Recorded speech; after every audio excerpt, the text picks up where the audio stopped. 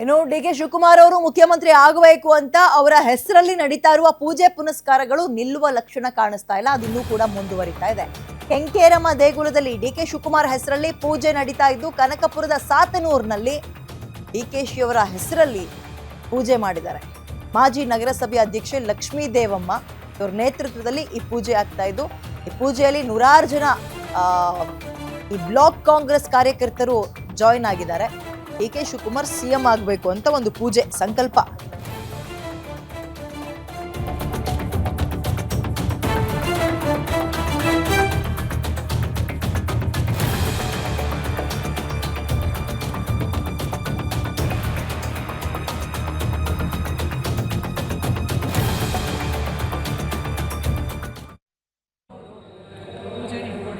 ಕಾರಣ ಏನು ಅನ್ನೋಷ್ಟೇ ನಮ್ಮ ನಾಯಕರಾದಂತಹ ಡಿ.ಕೆ. ಶಿವಕುಮಾರ್ ಅವರು ಮುಂದಿನ ದಿನಗಳಲ್ಲಿ ಮುಖ್ಯಮಂತ್ರಿ ಆಗಲಿ, ನಮ್ಮ ಕನಕಪುರಕ್ಕೆ ಒಂದು ಹೆಮ್ಮೆ ಅನ್ನೋ ಪರ್ಪಸ್ಗೋಸ್ಕರ ನಾವು ಈ ಪೂಜೆನ ಇಟ್ಕೊಂಡಿದ್ದಾರೆ. ಇವತ್ತು ನಮ್ಮ ಮಹಿಳಾ ಕಾಂಗ್ರೆಸ್ ವತಿಯಿಂದ ಮಾಜಿ ನಗರಸಭಾ ಅಧ್ಯಕ್ಷರಾದಂತಹ ಲಕ್ಷ್ಮೀ ದೇವಮ್ಮ ಅವರು ಪೂಜೆನ ಇಟ್ಕೊಂಡಿದ್ದಾರೆ. ಕಾರಣ ಏನು ಅನ್ನೋಷ್ಟೇ ನಮ್ಮ ನಾಯಕರಾದಂತಹ ಡಿ.ಕೆ. ಶಿವಕುಮಾರ್ ಅವರು ಮುಂದಿನ ದಿನಗಳಲ್ಲಿ ಮುಖ್ಯಮಂತ್ರಿ ಆಗಲಿ, ನಮ್ಮ ಕನಕಪುರಕ್ಕೆ ಒಂದು ಹೆಮ್ಮೆ ಅನ್ನೋ ಪರ್ಪಸ್ಗೋಸ್ಕರ ನಾವು ಈ ಪೂಜೆನ ಇಟ್ಕೊಂಡಿದ್ದಾರೆ ಅವರು.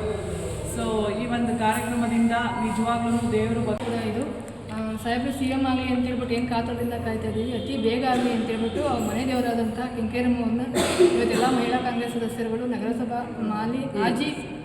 ಹಾಲಿ ಇರುವಂತೆಲ್ಲ ಅಧ್ಯಕ್ಷರುಗಳು ಇವತ್ತು ಒಳ್ಳೆಯ ದಿವಸ ಇರೋದ್ರಿಂದ ಪೂಜೆ ಮಾಡಿ ಬೇಗ ಸಿ ಎಮ್ ಆಗಲಿ ಅಂತೇಳಿ ಕರ್ನಾಟಕ ಜನತೆ ಪರವಾಗಿ ಹಾಗೂ ಕೆಂಕೇರಮ್ಮ ಅವರ ಆಶೀರ್ವಾದ ಜೊತೆಯಾಗಿ ಎಲ್ಲರೂ ಸೇರಿ ಕೇಳ್ಕೊತಾ ಇದ್ದೀವಿ.